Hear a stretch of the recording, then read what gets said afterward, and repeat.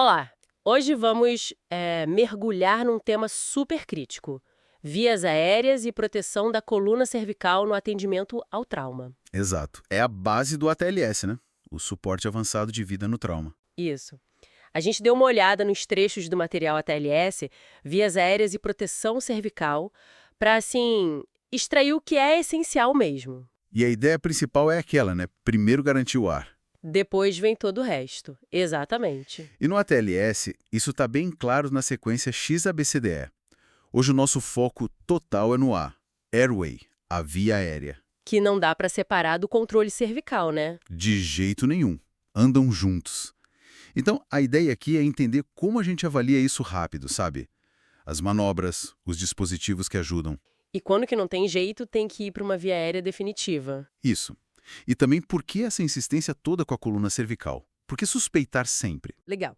Então, começando pela avaliação mesmo. Chegou o paciente, como é que eu sei se a via aérea tá ok, tá livre? Olha, a primeira coisa, o mais rápido, é perguntar algo simples. Tipo, qual o seu nome? Ah, o clássico, o paciente está falando. Esse mesmo. Se ele responde com clareza, bom, o ar está passando naquele instante. Mas você disse naquele instante, então não dá para confiar só nisso. Não mesmo. O trauma, ele é dinâmico. Uma via aérea que está pérvia agora pode obstruir daqui a pouco, minutos depois. Então, a fala tranquiliza no começo, mas não garante nada a longo prazo. Tem que ficar de olho. Entendi. Quais seriam os sinais assim que acendem a luz vermelha, mesmo que a pessoa tenha falado algo? Ah, tem vários. Os sons, por exemplo. Estridor. Aquele barulho agudo quando a pessoa puxa o ar. Sei, um assobio. Isso. Ou roncos indicam que tem algo obstruindo parcialmente. E visualmente também. Agitação, que pode ser falta de oxigênio, né? Certo, hipóxia. Cianose, que a pele é azulada. Muito sangue, vômito na boca. Queimaduras na face, no pescoço. Trauma de face bem feio. E o nível de consciência? Fundamental. Se está rebaixado, medido lá pela escala de Glasgow, isso é um sinal importante.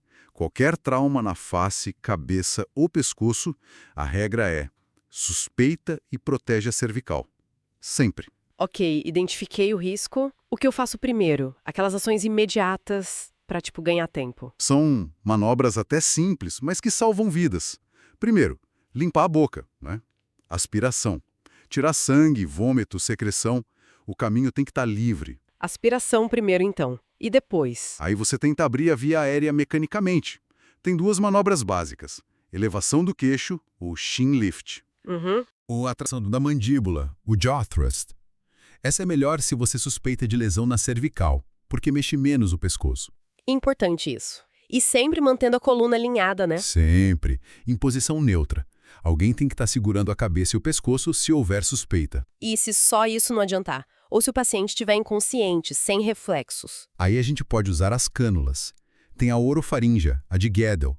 Mas essa só se o paciente não tiver reflexo de vômito, senão ele engasga. Certo. E tem a nasofaríngea, essa entra pelo nariz. Mas tem que ter cuidado se a gente suspeita de fratura na base do crânio, porque ela poderia ir para o lugar errado. Entendi a ressalva.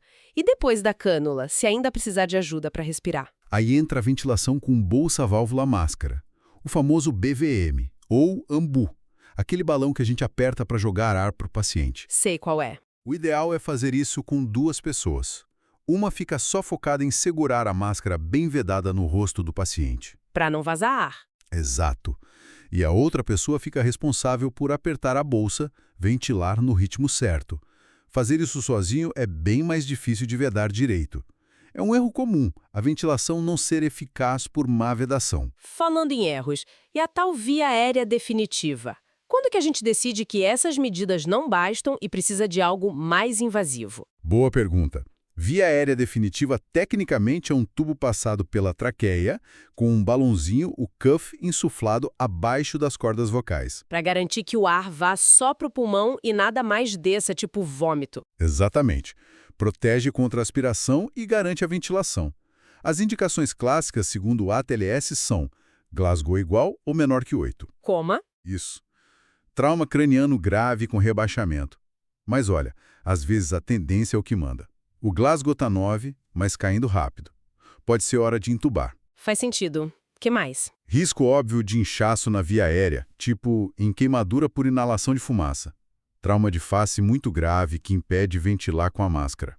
Ou se o paciente simplesmente não consegue manter a oxigenação adequada, mesmo com oxigênio e BVM. E como a gente consegue essa via aérea definitiva? É sempre intubação? Na maioria das vezes, sim. A intubação orotraqueal é o padrão. E aqui, de novo, a cervical. Alguém tem que fazer a manobra de estabilização manual em linha da coluna, a Milk, enquanto o outro intuba. Sempre protegendo. Sempre. Hoje em dia, videolaringoscópio ajuda bastante, dá uma visão melhor. Mas e se não der para intubar? O cenário não intubo, não ventilo? Aí complica. Aí a gente tem que ir para uma via aérea cirúrgica de emergência, a cricotireoidotomia. É um corte rápido na membrana cricotireoide no pescoço. É exceção, mas salva a vida quando nada mais funciona. Entendido. Voltando um pouco para a cervical. Por que essa fixação toda em imobilizar? Parece até exagero às vezes. Não é exagero, não. É que a consequência de uma lesão cervical não protegida pode ser terrível. Sim. Lesão na medula espinhal, paralisia permanente. Nossa. Então, em qualquer trauma mais forte, com energia envolvida, ou se o mecanismo do trauma sugere queda de altura, acidente de carro em alta velocidade, a gente assume que tem lesão cervical até provar o contrário com exame clínico e de imagem. Presunção de lesão. Exato.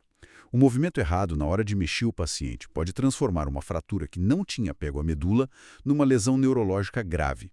É a lesão secundária que a gente quer evitar a todo custo. E como faz essa proteção na prática, além da estabilização manual que você falou para entubar? O básico. Colar cervical de tamanho adequado. Prancha rígida para tirar o paciente do local e transportar inicialmente. Mas não para deixar o paciente horas na prancha, né? De jeito nenhum. Isso causa outras lesões, úlceras de pressão. É só para o transporte inicial mesmo. E a movimentação tem que ser sempre em bloco, o log roll. Todo mundo virando o paciente junto, mantendo o alinhamento. E cuidado extra nas transferências, né? Da maca para ambulância, da ambulância para o hospital. Muito cuidado. É nesses momentos que a proteção pode falhar se a equipe não estiver coordenada. Já vi casos onde um solavanco na ambulância piorou tudo. Bom, acho que cobrimos bem os pontos, recapitulando os cuidados. Não se iludir com quem fala, aspirar bem antes de qualquer coisa, proteger a cervical como regra e caprichar na técnica do BVM. Alguma dica final, assim, prática? Olha, trabalho em equipe é tudo. Comunicação clara. Tenha sempre um plano B e até um C para a via aérea. Se a intubação parecer difícil, não insista demais. Às vezes, ventilar bem com a máscara e chamar ajuda é a melhor opção. Melhor uma ventilação garantida do que uma intubação desastrosa. Exato. Valorize a ventilação eficaz. E na dúvida se precisa intubar ou não, ou se vai conseguir, peça ajuda ou faça com muita segurança. Sem pressa. Via aérea não combina com afobação. Perfeito. A mensagem ficou clara. O A do ATLS não é só protocolo, é a fundação. Sem garantir o ar e proteger a coluna, o resto todo pode desmoronar. É isso. E fica talvez uma reflexão, né? O manejo da via aérea tem a parte técnica, claro, mas a decisão de quando e como intervir exige muito julgamento clínico. Aquela linha tênue. Exatamente. Onde termina a via aérea que está em risco e onde começa aquela que precisa de uma solução definitiva agora. É nessa zona cinzenta, na capacidade de antecipar o problema, que a experiência e a vigilância contínua fazem a diferença entre a vida e a morte.